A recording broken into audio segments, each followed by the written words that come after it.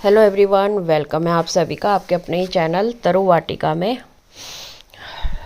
दोस्तों, फरवरी का मंथ चला हुआ है और आज मेरा गार्डन का यही काम होगा कि जो मधुमालती का मेरा एक प्लांट है, नीचे वाले गार्डन का दिखा रही हूँ मैं आपको। नीचे वाले ग्राउंड फ्लोर वाले गार्डन में रखा हुआ है, 1 साल पहले रखा था। मैंने एक्सपेरिमेंट किया था कि यहाँ पर फ्लावरिंग होती है कि नहीं होती। 1 साल मैंने रख के देख लिया सीजन, उसमें कोई फ्लावरिंग नहीं आई।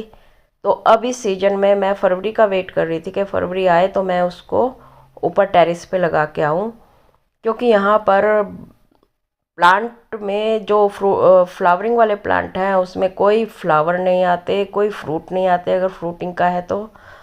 और मधुमालती का प्लांट मेरा जब ऊपर था तो भर भर के उसमें फूल आते थे। जो मेरे पुराने व्यूवर्स हैं उन्होंने देखा भी होगा, टेरेस की जो शेड के पास मैंने इसको चढ़ा रखा था, शेड के ऊपर, और बहुत अच्छे फ्लावरिंग होती थी। और ये है मेरा मधुमालती का प्लांट, जिसको मैं अब निकाल के टेरेस पे लेके जाऊंगी। और ये बोट काफ़ी बड़ी थी, इसको लेके जाना इसके समेत ठीक नहीं था, उठता नहीं लेबर से।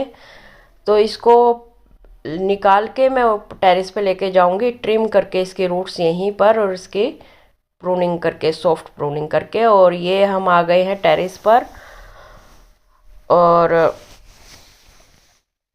यहाँ पर मैंने लिया है एक बहुत बड़ा गमला। इसके लिए गमला मैं दिखाती हूँ आपको, ये देखिए इतना बड़ा गमला है। ये 14 पता नहीं 16 इंची गमला होगा, इसके डायमीटर से ही आपको पता चल रहा होगा।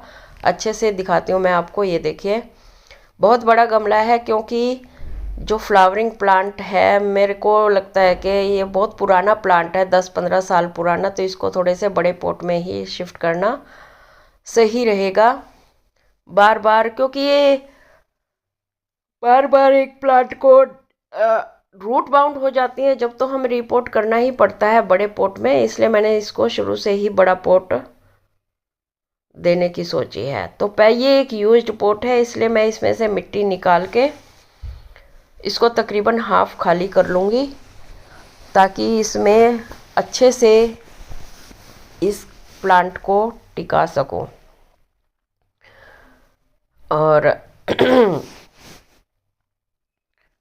नीचे की तरफ अगर आप थोड़ा सा डीप अगर रखते हैं प्लांट को तो ठीक रहता है। ऊपर ऊपर रखा हुआ प्लांट या कोई कटिंग, वो अच्छे से, मतलब थोड़ी सी हवा का या कुछ भी लगता है तो वो उखड़ने का चांस ज़्यादा रहता है। अगर ज़्यादा मिट्टी में गया हुआ प्लांट है तो वो फॉर्मली सॉइल को पकड़ लेती है रूट्स, और हिलने का डर नहीं रहता है उसका। पक्की हो जाते हैं रूट्स मिट्टी के अंदर। और ये मेरा जलप्पा का गमला था, इसमें देखा होगा काफ़ी भर भर के फूल आते थे जलप्पा में। और अब वो ख़त्म हो गया, कैसे हुआ पता नहीं, क्योंकि मैं 20-25 दिन से टेरेस पे आई ही नहीं थी। तो आके देखा तो प्लांट बिल्कुल ख़त्म था। तो अब उसी गमले में मैं इसको शिफ्ट करूँगी। इसकी मिट्टी मैंने तकरीबन निकाल ली है हाफ तक, और इसी में मैं खाद जो भी आपके पास अवेलेबल हो मधुमालती में इस टाइम, क्योंकि हाई फीडर होता है कोई भी फ्रूटिंग और फ्लावरिंग प्लांट, तो इस टाइम और अक्टूबर में साल में कम से कम 2 बार तो ज़रूर अच्छे से इसको फर्टिलाइज करना चाहिए मधुमालती को। और बीच में आप कुछ भी दे सकते हैं, वो आपकी इच्छा है। लिक्विड फर्टिलाइज़र दीजिए ब्लूमिंग लेने के लिए।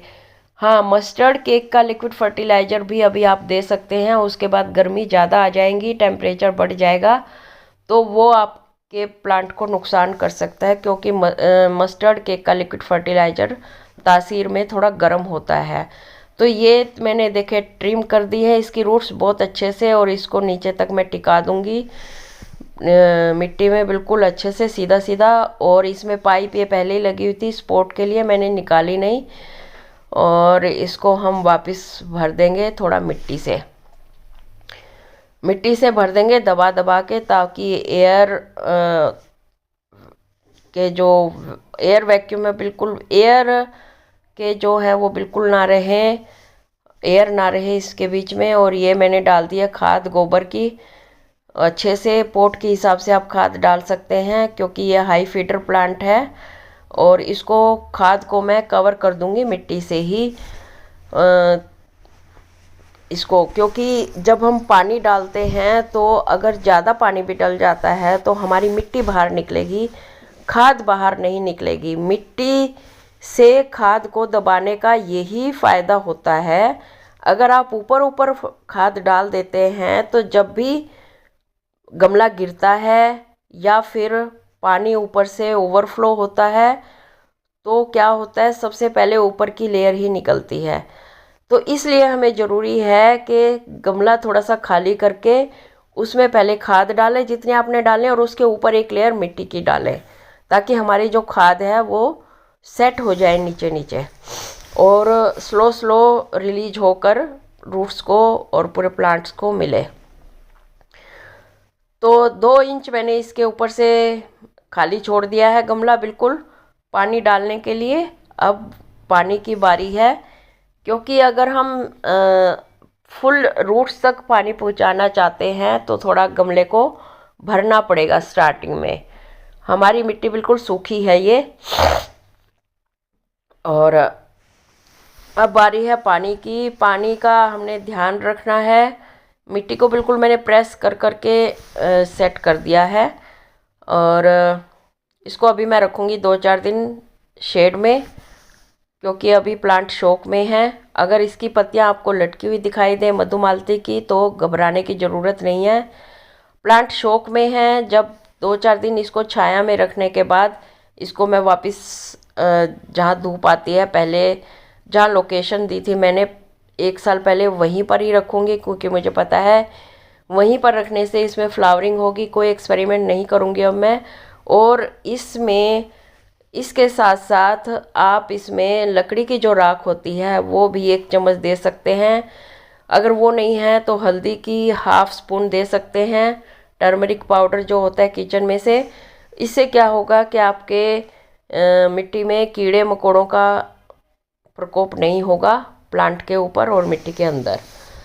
ये ऑर्गेनिक उपाय है। अगर आप केमिकल यूज करते हैं तो वो दे सकते हैं, मैं ऑर्गेनिक ही यूज करती हूँ, इसलिए मैं आपको ऑर्गेनिक के बारे में ही बता सकती हूँ।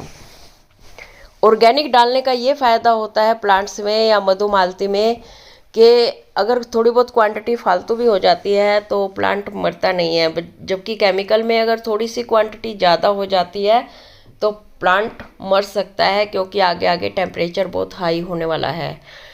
तो अब हमारी बारी है वाटरिंग करने की। हैंड वॉश करने के बाद मैं इसमें वाटरिंग करूँगी।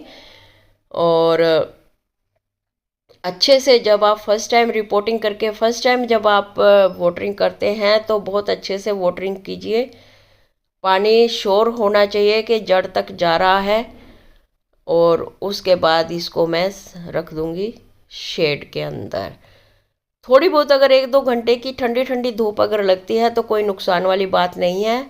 अगर 12 बजे के 1 के बाद वाली जो स्corching हीट लगती है तो प्लांट को नुकसान हो सकता है, क्योंकि इसको अभी टाइम लगेगा रूट्स को सोयल में जमने के लिए।